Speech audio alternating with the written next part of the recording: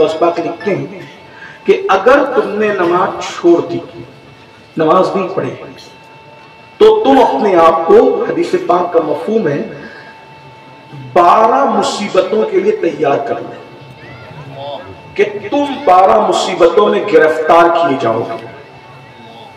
लिख गौस पाक ने, हदीस है उनके नाना जान सल्लल्लाहु अलैहि वसल्लम, यानी मुसीबत से अब तुम्हें कोई नहीं बचा सकता, 12 मुसीबतों से अगर तुमने नमाज छोड़ी। नंबर 1, 3 मुसीबत आका फरमाते हैं तुम्हें दुनिया में आएगी, 3 मुसीबत तुम्हें मौत के वक्त, मरते वक्त आएगी, 3 मुसीबतें तुम्हें कब्र के अंदर आएगी, और 3 मुसीबतें तुम्हें मैदान महशर में आएगी। ऐसी 12 मुसीबतों के लिए तैयार हो। एक वक्त की नमाज के सिर्फ 10 मिनट का टाइम, 10 मिनट दो, हर मुसीबत से निजात। नहीं देते हो, मौलवी साहब का काम इतना है, अपनी बात पहुंचा दे। कुछ लोगों को तकलीफ है कि मौलवी लोग की बात क्यों करते। एक बात याद रखना, मैं भी आपको ये बात कह सकता हूं कि मेरे सुन्नी जन्नती भाइयों तुम सब जन्नत में जाओगे, मैं कह सकता हूं, मैं भी कह सकता हूं, लेकिन मुझे पता है मैंने तुमको हथेली पर कोई ख्वाब नहीं दिखाना है, क्योंकि मैंने भी मरना है और तुमने भी मरना है। कुछ लोग मुझसे नाराज रहते हैं, यार ये लोगों को मायूस करता है, वरना मैं मायूस नहीं करता। ये जो तुम्हें ख्वाब दिखाते हैं ना, जो भी दिखाता हूं मैं किसी को नहीं जानता, लेकिन तुम जन्नती हो और तुम जन्नत में नहीं जाओगे तो कौन जाएगा?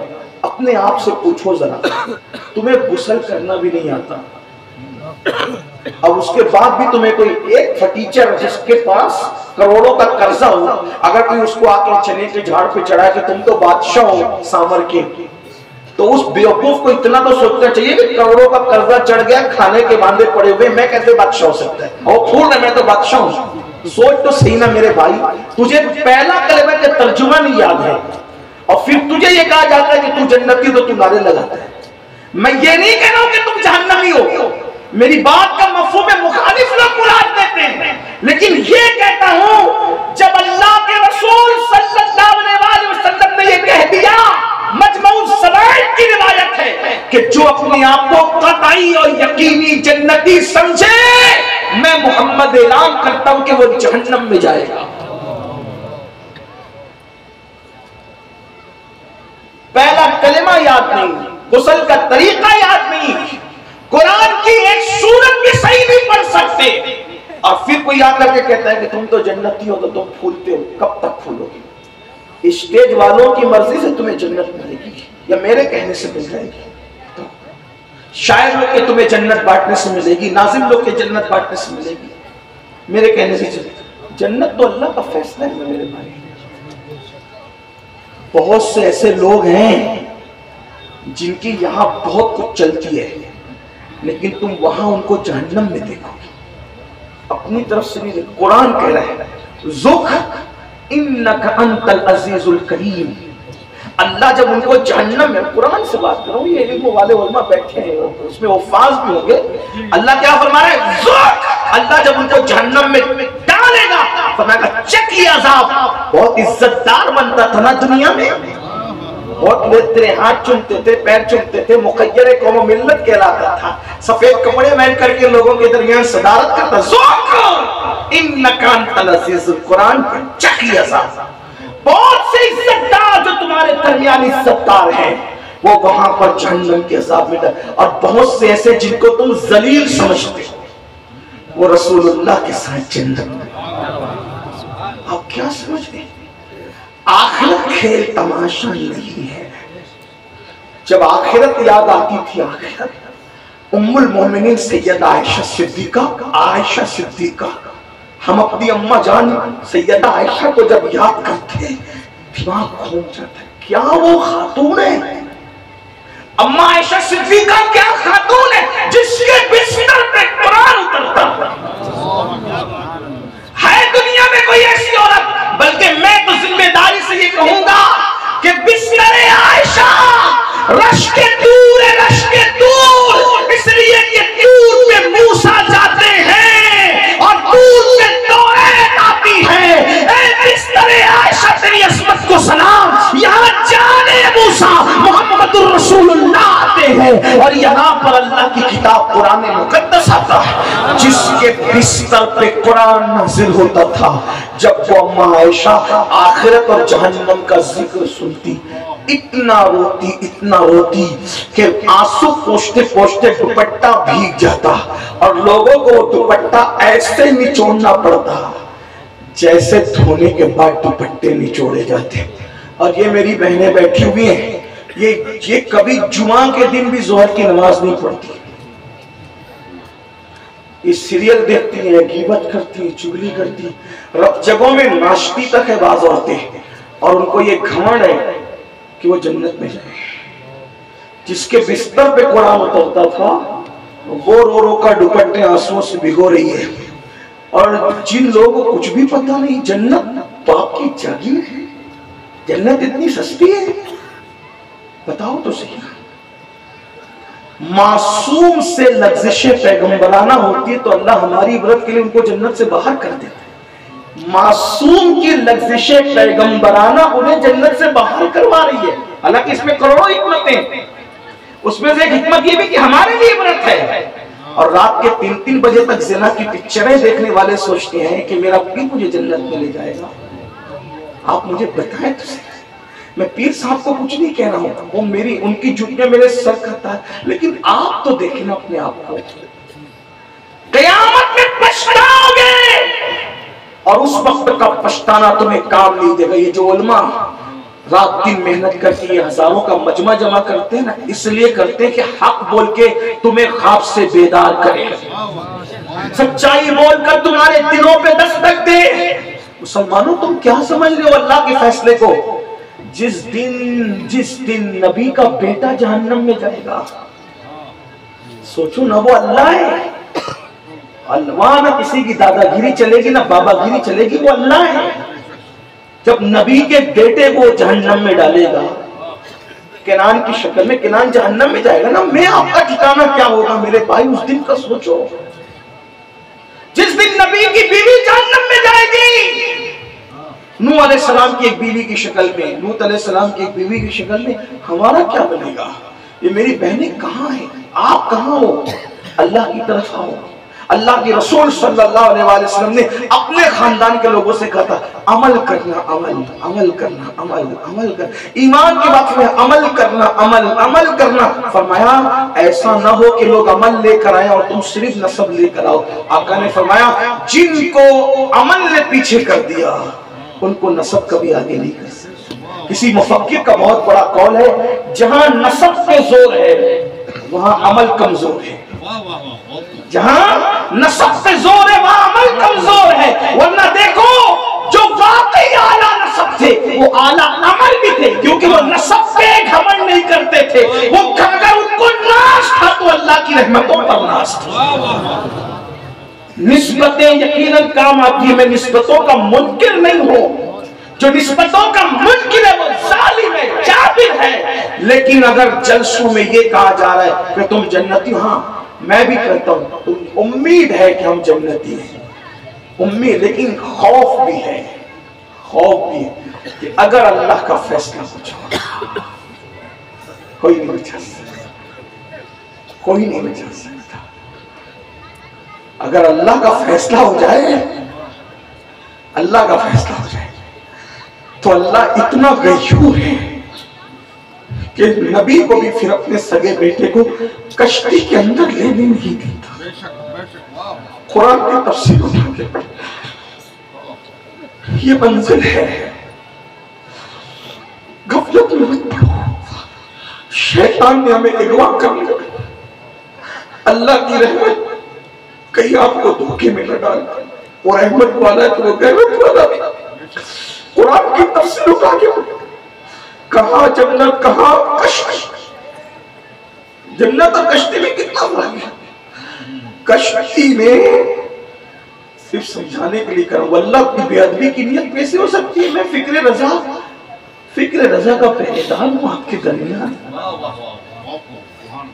सूअर को तक कश्ती में लेने की इजाजत है, तो जो है ना तफसीर है कुरान की तफसीर। अगर मैं कुरान की तफसीर से हट के गई, उलमा इसीलिए आते हैं ताकि कोई गलत करे तो इसलिए करें, इनको कहना भी चाहिए अदब के दायरे में कह देना कितना भी बड़ा होगा, मैं तो बड़ा हूं भी। सूअर को तक कश्ती में लेने की इजाजत, क्योंकि सूअर का जोड़ा कश्ती में था ना, जिस शक्ल में था। परिंदों का जोड़ा तक लेने की इजाजत है, गाय बैल लेने की इजाजत है, शेर शेरनी लेने की इजाजत है, परिंदे तक लेने, गधे तक अंदर लेने की इजाजत है ना, क्योंकि जिसको बचाना था एक एक जोड़ा वो लिया, तफसील है उसकी, ले लिया, क्योंकि अब तूफान आएगा तो सब खत्म हो जाएगा, जो बचेगा वही बचेगा। और मुसलमान जो ईमान लाए हज़रत नूह पर, उनको ले। सोचो, सूअर और गधे को लेने की इजाजत है कश्ती, और हुक्म होता है बेटा नहीं ले सकते। अल्लाह की इम्तिहान नूह है, हज़रत नूह का इम्तिहान, बेटा नहीं ले सकते। बाप बाप होता है, अल्लाह ने जिनको औलाद दी है वो जानते हैं बाप बाप होता है। आपकी भी औलाद है, मेरी औलाद नाफरमान हो तो भी, और औलाद फरमा बरदार हो तो भी। बाप के जज्बात होते हैं। कश्ती में सब बैठ गए, तूफान आ गया, बेटा सामने खड़ा है, नूह अलैहिस्सलाम कहते अल्लाह मेरा बेटा है ना, मेरा बेटा है ना, इजाजत दे दे, इसको ले लो अंदर।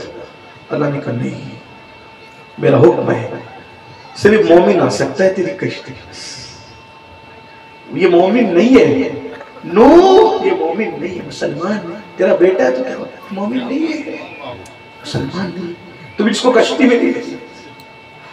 जब पानी उसकी कमर तक आया, अल्लाह मेरा बेटा है ना, अल्लाह मेरा, जवाब आया नूह अब इसकी सिफारिश नहीं करना, अगर तूने अब इसकी सिफारिश की तो अपने महबूबों की फेहरिस्त से तेरा नाम निकाल दे।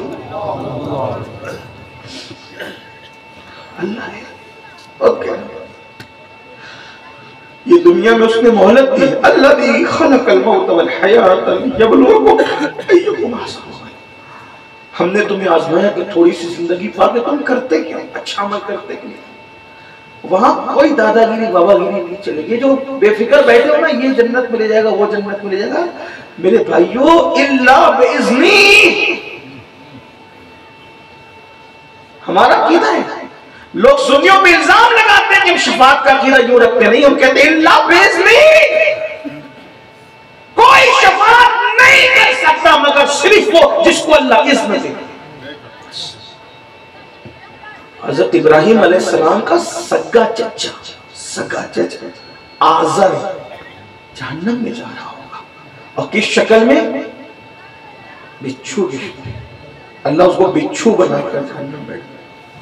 वजह यह होगी कि मेरे इब्राहिम को तकलीफ नहीं, इसलिए चचा की शक्ल अल्लाह बदल देगा। तो सोचो मेरे भाइयों, गौर करो, तवज्जो करो। अल्लाह ने जिंदगी दी, कमाओ खाओ ऐश करो, इंजॉय करो, इस्लाम मना नहीं करता। आप 1 लाख की नहीं, अगर अल्लाह ने आपको माल दिया 1 करोड़ की बाइक खरीदो, मना नहीं करते इसमें। आप 25,000 का नहीं 25 लाख का मोबाइल इस्तेमाल करो, अगर अल्लाह ने आपको दिया है। अगर कपड़े आप 10,000 रुपए मीटर के ले सकते हो, अल्लाह ने दिए, पहनो, इंजॉय खूब करो, मना नहीं। हराम काम मत करो, बस हराम की तरफ से रुक जाओ। अगर जन्नत में जाना है 2 काम, हराम से रुको और जो फर्ज किया है, वाजिब किया वो करो बस। और उसके लिए पहली शर्त तो ईमान है। ईमान वाले तो सब यहाँ है ही माशाअल्लाह। ईमान के बाद हराम से रुको, फर्ज पे अमल करो, एंजॉय करो। हमारे पार्क में जाना मना नहीं, वो सब दकियानुसी लोग हैं, वो दकियानुसी लोग हैं जो जिनके यहाँ शादियां करना भी मजहब के खिलाफ है। हमारे नबी ने क्या शादियां की, हमारे यहाँ कोई मना नहीं। और पार्क में जाना इसलिए मना नहीं कि हमारे नबी खुद जन्नत की सैर को गए। हमारे यहाँ सैर व तफरीह मना नहीं, हुजूर खुद सैर को गए। मैं तफसील से सब चीजें बोल चुका हूँ, कई बार बोल चुका। आज मुझे आपको सिर्फ ये कहना है, अल्लाह के बंदे बने। 10 मिनट का टाइम एक वक्त की नमाज को लगता है, 10 मिनट से ज्यादा मस्जिद में आओ, अहद करो, आना है मस्जिद में। हर मुसीबत से बचोगे, हर बला से बचोगे, हर तकलीफ से बचोगे।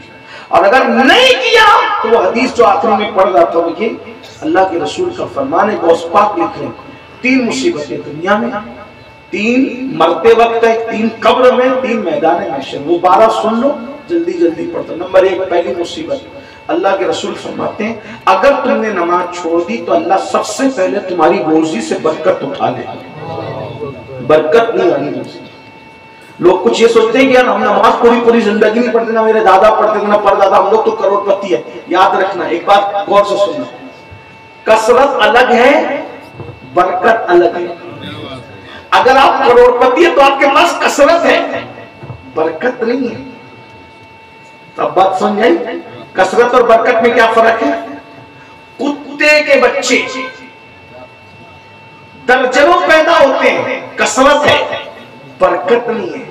बकरी के बच्चे 2-3 ही पैदा होते हैं, कसरत नहीं है मगर बरकत है। बात समझ आती है? कसरत और बरकत में। यजीद 8 बेटे छोड़ के मरा था, कसरत थी। इमाम हुसैन 1 छोड़ के गए थे, बरकत थी। इसलिए दुनिया में आले यजीद नजर नहीं आती, दुनिया में आले रसूल नजर आते हैं। बाजू से मेहनत करो तो कसरत मिलती है, और सजदा करो तो बरकत मिलती है। सुभान अल्लाह, नारे तकबीर। कसरत वाले भिखारी बनते हैं, बरकत वाला कभी भिखारी नहीं बनता। अकबर के पास कसरत थी, गरीब नवाज के पास बरकत थी। अकबर गरीब नवाज की चौखट पे नजर आया, गरीब नवाज कभी किसी बादशाह की चौखट पे नजर आया। नारे तकबीर, नारे रिसालत, खाजा का हिंदुस्तान, खाजा का हिंदुस्तान, MP का सुन्नी मुसलमान। हमारे यहाँ कसरत की नहीं बरकत की अहमियत। बद्र में मक्के के गुंडे 1000 आए थे कसरत से, और मदीने के दीवाने 313 आए थे, बरकत थी। कसरत वाले हार गए, बरकत वाले जीत गए। करबला में 22,000 कसरत से आए थे गुंडागर्दी करने के लिए, लेकिन हुसैन की तरफ 72 बरकत वाले थे। कसरत वालों की कमरों का निशान भी नहीं, बरकत वालों के गुंबदान भी चमक रहे हैं। आप कसरत पे ना जाओ, कसरत कहीं काम नहीं आई, हमेशा बरकत। नमाज पढ़ो बरकत होगी, पेट बना, और नहीं पढ़ोगे बरकत जाएगी। और फिर रोना रोता हूं, बुरा मन, अल्लाह ने बरकत उठाई, मुल्ला का कोई तावीज बरकत वापस नहीं ला सकता। हंसना नहीं, हाँ, किसी की ताकत अल्लाह की ताकत के मुकाबले में। तावीज से सहज जादू कटेगा, अल्लाह की उठाई हुई बरकत वापस नहीं आ सकती। ये बात है। आज सब तरफ मुझे गरीबों के मसाइल भी पता है, मालदारों के मसाइल भी पता है। तो क्या हम लोग गरीबों के झोपड़े में भी जाते हैं, मालदारों की हवेलियों में भी जाते हैं, सब परेशान नहीं पता है। बस ये है कि कब्र का हाल मुर्दा जानता है। हाँ, हमारे यहाँ मराठी में मकोला कहते हैं, जसस दिस्तस तसस नस्तस, ऐसा कहते हैं। हाँ, कि जैसा दिखता है वैसा है नहीं। पहाड़ दूर से बहुत खूबसूरत दिखता है, करीब जाके देखो। ये जो सियासी लीडर है ना, जिनके लिए तुम मरते हो, ये इनकी क्या लाइफ है, क्या लाइफ है, क्या लाइफ स्टाइल है। जाके 3 दिन उनके साथ रहो, फुटपाथ पे जिस सुकून के साथ तुम्हें नींद आती है, झोपड़े में जिस सुकून के साथ तुम्हें नींद आती है, लाशों पर इक्तदार की कुर्सियां रखने वाले उन सियासी लीडरों को 3-3, 4-4 नींद की गोलियां खाकर भी किसी कहने वाले ने कहा था, सो जाते हैं फुटपाथ पे अखबार बिछाकर, सो जाते हैं फुटपाथ पे अखबार बिछाकर, मजदूर कभी नींद की गोली नहीं खाते। जिनकी पेशानियों में सजदों की तड़प है, उन्होंने कभी नींद, अल्लाह जानता, मैंने कभी बीमारी में भी कभी आज तक मैंने नींद की गोली नहीं खाई। मेरे दोस्त तो मुझ पे रश करते हैं, यार कि तू कार से टेक लगा के भी सो लेता है। मैं अल्लाह का शुक्र अदा करता हूँ, कभी कभी 48 घंटे, कहीं 50 घंटे भी ऐसे गुजरते कि फ्लाइट और कार में सो लिया, नींद हो गई। वजह उसकी बताऊं, उसकी हम लोग कोई बामल लोग तो है नहीं, बहुत नेक तो नहीं है, लेकिन नेकों की कुछ नकल करने की कोशिश करते। जो किसी पे जुल्म नहीं करता अल्लाह ताला उसको सुकून की नींद देता है। जिंदगी से जुल्म खत्म कर दो, देखो फिर कैसे चैन की जिंदगी, इतना चैन होगा ना, बल्कि इंशाल्लाह कब्र में भी चैन से सोओगे।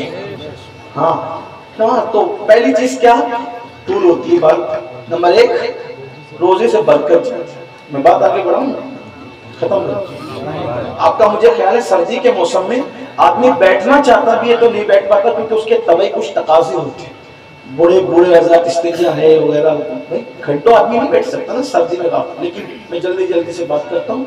क्या कह रहा था? नंबर 1 पहली मुसीबत बरकत चाहिए, बरकत चाहिए मस्जिद में।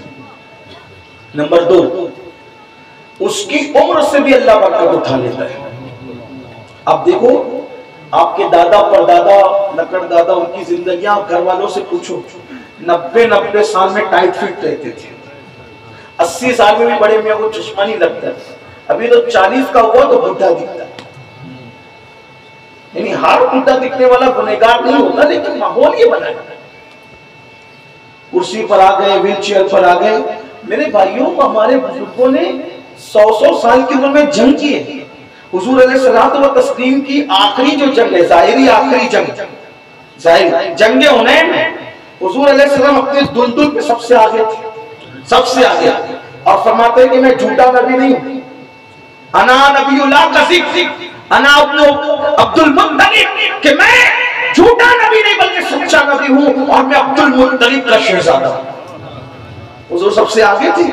अब बताओ यहाँ तो 60 की उम्र में आदमी से लुकमा भी सही चबाया नहीं जाता। तो याद रखिए ये गुनाहों की नौसत की उम्र से बरकत जाती है। छोटी उम्र में इंतकाल हो जाएगा, मर जाओगे। दौलत कमा रहे हो किसके लिए कमा रहे हो? रात दिन जो मेहनत भाग दो किसके लिए? उम्र ही घटेगी, उम्र से बरकत जाएगी। उम्र को अगर बढ़ाना है करोड़ों रुपया खर्च करके भी उम्र नहीं बढ़ती। नमाज पढ़ो। हुजूर फरमाते हैं नमाज ना पढ़ने से उम्र से बरकत जाती है। इसका मतलब क्या है? नमाज पढ़ोगे तो उम्र बरकत होगी। आप देखो उलमा को देखो, आप अक्सर उलमा उम्र में बरकत होती है।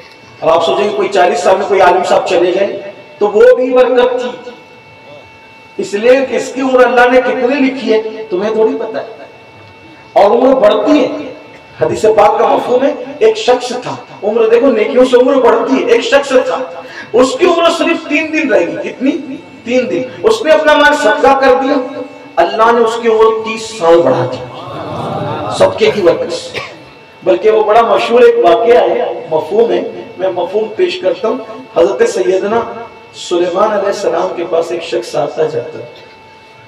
सुलेमान अलैहिस्सलाम के पास एक शख्स आता जाता था।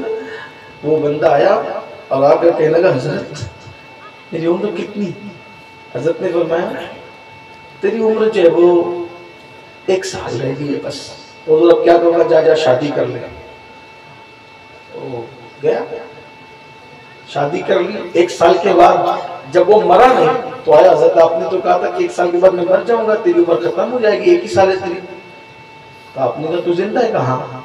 उतने में हजरत जिब्रील आए और कहने लगे सुलेमान यकीनन इसकी उम्र 1 ही साल थी, लेकिन जब आपने कहा ना कि 1 साल इसकी उम्र है और तू शादी कर ले, तो उसके बाद इसके पास जो पैसा था, दौलत थी, इसने तो जब साल ही भर तो जीना है, कितना क्या करूंगा, तो उसने खर्चा कर दिया। तो अल्लाह ने उसकी बरकत से उसकी उम्र में इजाफा फरमाया। नेकियों से उम्र बढ़ती है, ज़िना से उम्र घटती है, बेनमाजीपन से उम्र घटती है। तो पहली चीज नमाज भी पढ़ोगे तो रोजी से बरकत जाएगी। दूसरी चीज उम्र से। नंबर 3 चेहरे से नूरानियत अल्लाह खत्म कर दे। कॉस्मेटिक आइटम कितने इस्तेमाल हो रहे हैं, एक से एक साबुन, एक से एक फेस वॉश इस्तेमाल करते हैं, लेकिन चंद घंटे उसका असर रहता है बस। और अगर नमाज पढ़ोगे अल्लाह इतना नूर देगा, जीते जी भी चमकोगे, जनाजे में भी चेहरा चमकेगा, क़यामत के दिन चेहरा चमकने रात की चांद की तरह चमकेगा।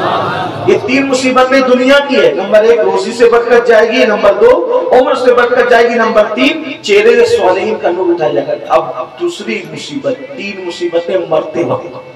3 हो गई ना, अब 3 मरते वक्त। नंबर 1 आका इरशाद फरमाते बेनमाजी जब मरेगा तो जलील और रुस्वा होके मरेगा। यानी बेनमाजी को जिल्लत की मौत आएगी, रुस्वाई की मौत आएगी। बेनमाजी जलील और रुस्वा होगी, पहले जलील होगा, कुछ ना कुछ ऐसा काम उसके साथ होगा, कुछ ना कुछ हादसा उसके साथ ऐसा होगा कि वो जलील होगा, जिल्लत की उसको मौत आएगी। नंबर 2, जब मरेगा तो भूखा मरेगा, कितना भी खा ले अल्लाह उस पर ऐसी भूख मुसल्लत करेगा कि वो भूखा मरेगा।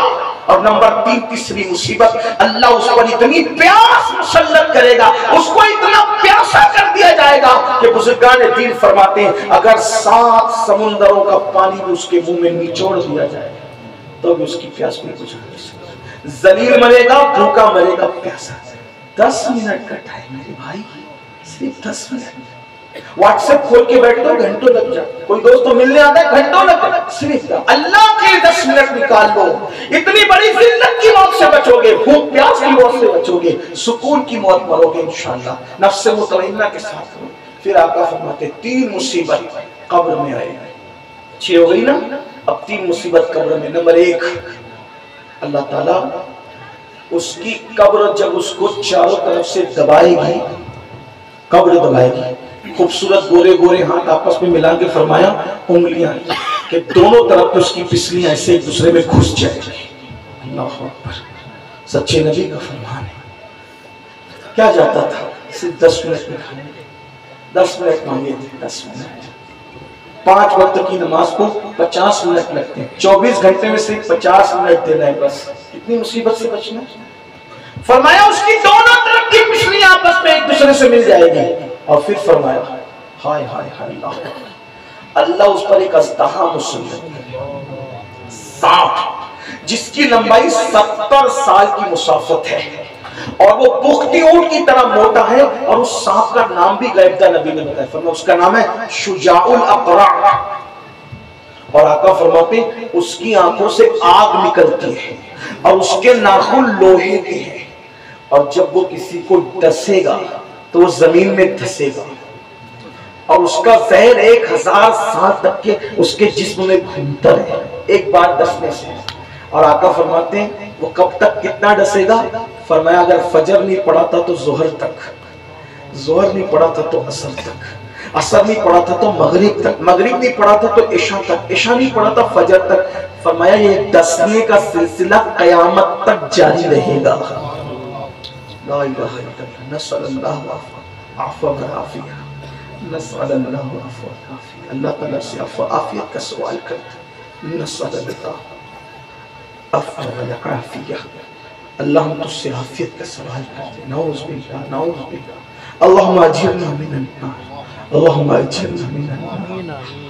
अगर अल्लाह हम पर सिर्फ चूंटियां मुसल्लत कर दे, चूंटियां, वो चूंटियां जो शक्कर और जूटे से खाने, रोटी वगैरह से पैदा होती, चूंटियां लग जाए, हम बर्दाश्त नहीं कर सकते। खटमल काटे हम बर्दाश्त नहीं कर सकते। मेरे भाइयों, क्यों नहीं पढ़ते नमाज? अगर किसी मौलवी साहब की बात हो जाती, किसी सियासी लीडर की बात होती, मैं इतना जोर नहीं देता। समर वालों, अपने आप बेरहम करो, कब्र में अकेले रहोगे, वहां कोई तुम्हारा टाइटल काम नहीं आएगा।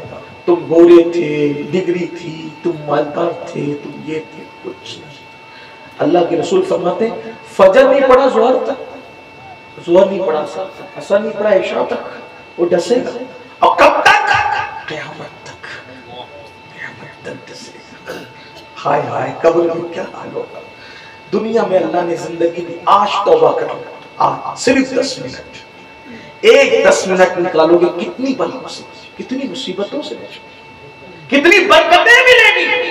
नमाज का वक्त जान हो जाए, सफर में, हदर में, खुशी में, गम में, सब कुछ छोड़ दो, पहले नमाज पढ़ो। इतना शॉर्ट टाइम है ना, सुन्नतें और दीगर नमाजें नहीं पढ़ सकते, इतना शॉर्ट, कम से कम फर्ज ही पढ़। मैं ये नहीं कह रहा कि सुन्नत नहीं पढ़ो, देखो मेरी बात का गलत मफहूम मत लेना, वरना अल्लाह की बारगाह में तुम्हें भी मुंह दिखाना है। मैं ये कह रहा हूं नहीं पढ़ने से अच्छा, टाइम इतना शॉर्ट है कि कुछ नहीं पढ़ सकते, कम से कम फर्ज पढ़। खड़े होकर नहीं पढ़ सकते, बैठ के पढ़ो, बैठ के नहीं पढ़ सकते हो, इशारे से पढ़ लो, पढ़ लो। नमाज में सहाबा ने जंग में भी नमाज पढ़ी, हालत जंग में लड़ते लड़ते नमाज पढ़ी, उसको नमाज खौफ कहते हैं। उसका तरीका किताबों में मौजूद है, कैसे पढ़ी। हथियार लगा लगा कर नमाज, जंग में भी नमाज नहीं छोड़ी उन लोगों ने। एसीओ में, पंखों में, नरम नरम गद्दों पे नमाज छोड़ने वालों, दौलत के नशे में, गुरूर और घमंड में नमाज छोड़ने वालों, दोस्तों के साथ बैठकर नमाज छोड़ने वालों, शादियों की मसरूफियत में नमाज छोड़ने वालों, वलीमों की मसरूफियत में नमाज छोड़ने वालों, अल्लाह के सच्चे नबी ने फरमाया शुजाउल अमरा क़यामत तक डसेगा। हमारे जिस्म में ताकत नहीं है, कुव्वत नहीं है जो चोटी का डंक बर्दाश्त न कर सके, वो शुजाउल अमरा का कैसे बर्दाश्त करेगा। नंबर 3, तीसरी मुसीबत कब्र में, उसकी कब्र को आग से भड़का दिया जाए। आग ही भड़के। अगर गर्म पानी भी अपने गुसल खाने का गीजर में ज्यादा गर्म हो जाए तो अपने से बर्दाश्त नहीं होता। वो जहन्नम की आग जब भड़की क्या होगा। कब्र जहन्नम के गढ़ों में से गड़ा बना। 9 मुसीबतें होगी। फरमाया 3 मुसीबतें मैदान महशर में होगी। नंबर 1, अल्लाह उससे क़यामत के दिन बात नहीं करेगा, नाराज होगा, नजर रहमत नहीं करेगा। जाकर किसी साहिब दिल से पूछो, ये जो 3 अज़ाब बयान हुए ना, उसमें सबसे बड़ा अज़ाब ये है कि अल्लाह उससे बात ना करे, उससे नाराज। अल्लाह की नाराजगी से बड़ी कोई चीज है ही नहीं। अज़ाब सबसे बड़ा, तो अल्लाह उससे बात नहीं करेगा, उससे ना उसकी तरफ नजर रहमत नहीं करेगा, अल्लाह उससे नाराज होगा। नंबर 2, अल्लाह उसका हिसाब बहुत सख्ती से लेगा, बेनमाजी कैसे। अगर अल्लाह नरमी से भी हिसाब ले तो हम जवाब नहीं दे सकते। हदीस पाक में अल्लाह उससे सख्ती से हिसाब लेगा। और तीसरी मुसीबत, अल्लाह उसको जन्नत में दाखिल नहीं फरमाएगा बल्कि उसको जहन्नम में डाल देगा। 12 मुसीबतें। अगरचे ईमान पर गया तो हमेशा नहीं रहेगा जहन्नम में। हाँ, ये बात भी मैं वजाहत कर दूं, लेकिन आका इरशाद फरमाते हैं कि वो जहन्नम में डाल दिया जाएगा। बताओ भाइयों, दुनिया है, सबको टाइम दे रहे हो और आपको भी टाइम दो, अल्लाह के लिए टाइम निकालो, आज तौबा करो। रहमत आलम हमें जहन्नम से बचाने के लिए आए थे। कमेटी के लोग हो, पब्लिक हो, माएँ और बहनें हो, नमाज पढ़ो, नमाज मत छोड़ो, किसी हालत में मत छोड़ो। और एक बात आपसे ये भी कह दूं, अपने बच्चों को भी नमाजी बनाओ, बहुओं को नमाजी बनाओ, घर में एक दूसरे को नमाज के लिए उठाओ। जब स्कूल जाने के लिए हम बच्चों को उठा सकते हैं, नमाज के लिए क्यों नहीं उठा सकते। इंशाअल्लाह घर में नमाज का माहौल बनेगा, उसकी बरकत खुद देखोगे। अल्लाह पाक सबसे पहले मुझे आप सबको अमल की तौफीक दे। गुफ्तगू के दरमियान कोई गलती हो तो अल्लाह ताला माफ़ फरमा दे। अस्तग़फिरुल्लाह रब्बी मिन कुल्लि ज़ंबिन व अतूबु इलैहि व मा अलैना इल्ला अल बलाग। अस्सलामु अलैकुम व रहमतुल्लाहि व बरकातुहू। आगे का प्रोग्राम अगर आप लोग चलाना चाहते हैं, कुछ है 2 रोज़ा सुन्नी इज्तिमा 30 और 31 दिसंबर को